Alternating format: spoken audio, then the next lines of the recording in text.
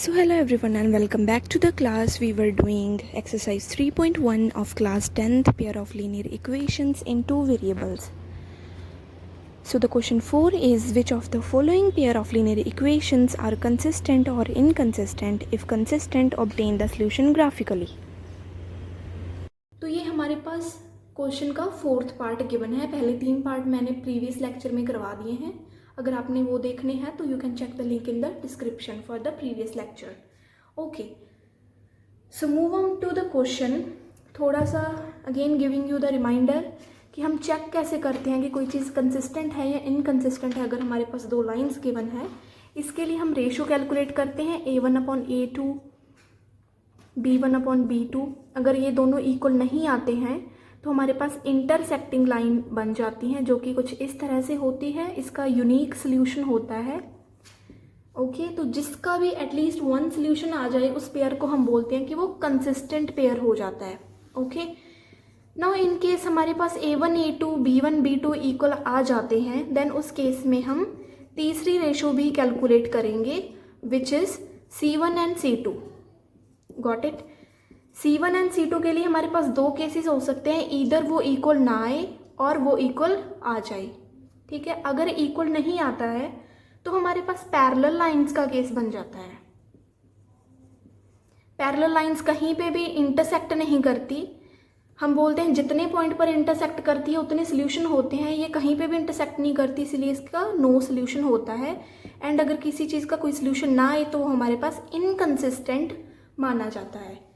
And for the third one, अगर ये तीनों रेशियोज इक्वल आ जाएं, देन हमारे पास कोइंसिडेंट लाइन हो जाती हैं, जो तो एक दूसरे को ओवरलैप करती हैं. ये मल्टीपल पॉइंट पर टच कर रही हैं, दैट मीन्स इसके इनफाइनाइटली मैनी सोल्यूशन होते हैं.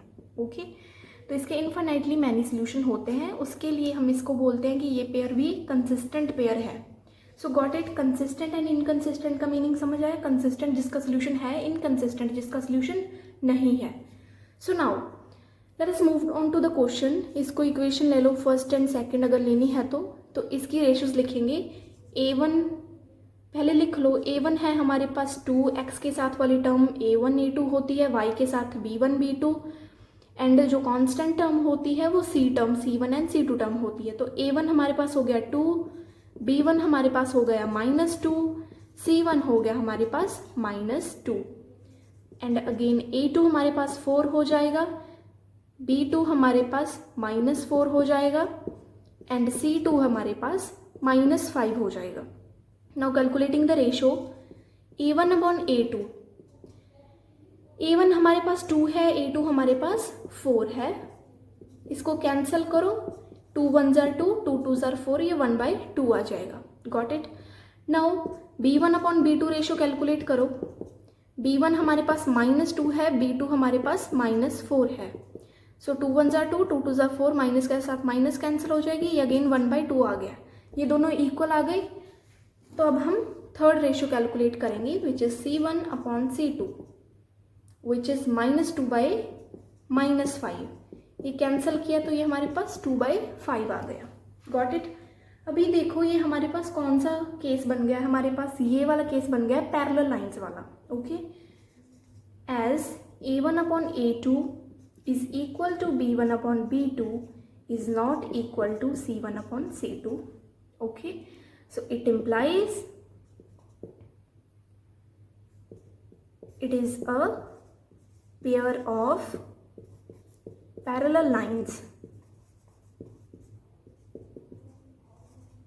Got it. ये पैरेलल लाइन का केस है, तो मैं रेस्ट यहाँ पे लिख देती हूँ. Let me just erase this one. So ये मेरे पास पैरेलल लाइन का केस आ जाएगा. पैरेलल लाइंस कुछ ऐसे होती हैं, ये कहीं पे इंटरसेक्ट नहीं करती, दैट मीन्स इसका कोई सोल्यूशन नहीं है. So it has no solution. Okay, solution नहीं है, दैट मीन्स इनकंसिस्टेंट है ये.